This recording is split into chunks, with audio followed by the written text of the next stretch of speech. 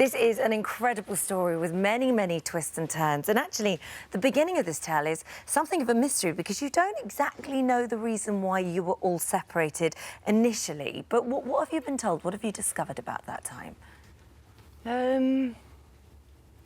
Nothing really. I knew I had sisters at 18 or 19 years old when I was living in London at the time. Right. But I didn't know where they were. Didn't know who they were. Yeah. All I had was a piece of paper from Brentwood or Brentford. I'm not sure. It's so long ago. Yeah. Pat, because Pat... That I had Gwen. Yes, because did Pat start the whole thing? From? Yeah, from Daniel's firm, Finders. So Had a letter. It's what, because it happened in stages. So who was the first to meet who? Who met first? Gwen and I. I met Fran when we were younger. Yeah.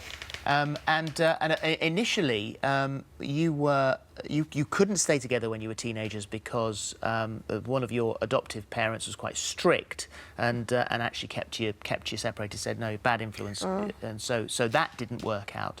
So you have this set of sisters all over the place. When you finally, and this is quite a complicated story as who met who and who met who. When you finally all got together, how did that feel? Oh, Describe it. Absolutely fantastic. Was it? Yeah. Yeah, It was so a wonderful natural. thing, Philip, honestly, and Holly. And- wonderful. and I also- never thought I'd be honest with you, I never thought that I'd ever find them.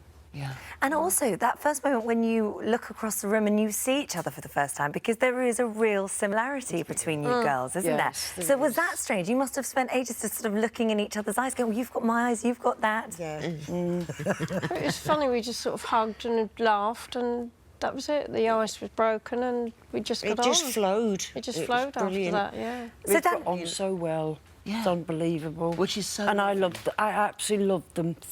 Loved them to bits. Though I've only known them since the 1st of June. Yeah, Right, because this is You were the relatively last new one for to you. come You were into the the last fold, one I to came come. up Yes. to stay in Ashford. So Daniel, where did you come into this? Because part of this story is hugely to do with yourself. So tell us where you come in. Yes, we had a case. We were contacted by a solicitor who wanted to trace what they thought were the beneficiaries to an estate of a lady called Stella Bishop, who passed away last year. And they were in touch with a number of cousins. Now, originally we thought the job was to verify the family tree, contact all the cousins, make sure that everyone entitled was due to inherit from the estate. But on looking into it further, we found that the lady had passed away. She'd had 2 brothers who predeceased her. So there's 3 more to this family, at least. And then we found out that Stella's father, Percy, had had subsequent children from a later relationship. So we then found that there were these 4 ladies here and a 5th, and that they would be entitled to inherit from the estate. So the original people that contacted us are no longer entitled to inherit. And 3 of these ladies are, because 2 of them were adopted out of the family, Yes. which precludes them inheriting anything from the estate. Ah, I understand. The thing is that it's not a finished story. Because there is one more sister, Margaret, the eldest. She's the eldest. She's the eldest. She's out there, hopefully, somewhere. Yeah. But there is that you can't trace her. No, well, when someone is adopted out of a family, the only person who can access the adoption record is the adoptee themselves. So all we have is a birth certificate with the name, if I can say the name, it's Margaret Elizabeth, born as Pateson on the 28th of May 1942. She's been adopted out, so we know she's born as Pateson, but what her name is now, we don't know. We presume she may have kept the name Margaret Elizabeth.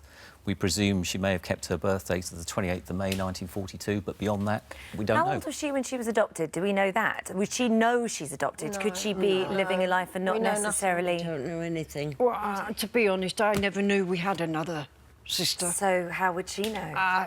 Through my sisters here, Yeah.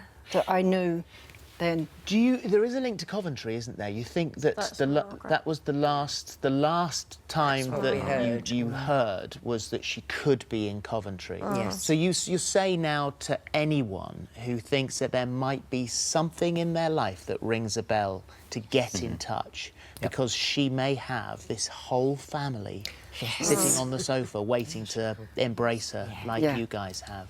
And it really does mean a lot to all of you, doesn't All of it? us. Oh, Yes. Does. Certainly does. And also to get you all together for the first time in God knows how many years would be quite an incredible moment for you, I imagine. Well, that would be our own flesh and blood all together if we Yeah. could find Yeah. Margaret. Yeah. Yeah. Wow. It would Wow, be indeed. nice. It would definitely be nice. Well, we will Hopefully follow we this can story do that. intently. Thank you very much for coming in today. Thank you, Lovely to ladies. meet you. Lovely Thank to you. meet I you. still Thanks think very I'm much. a dream.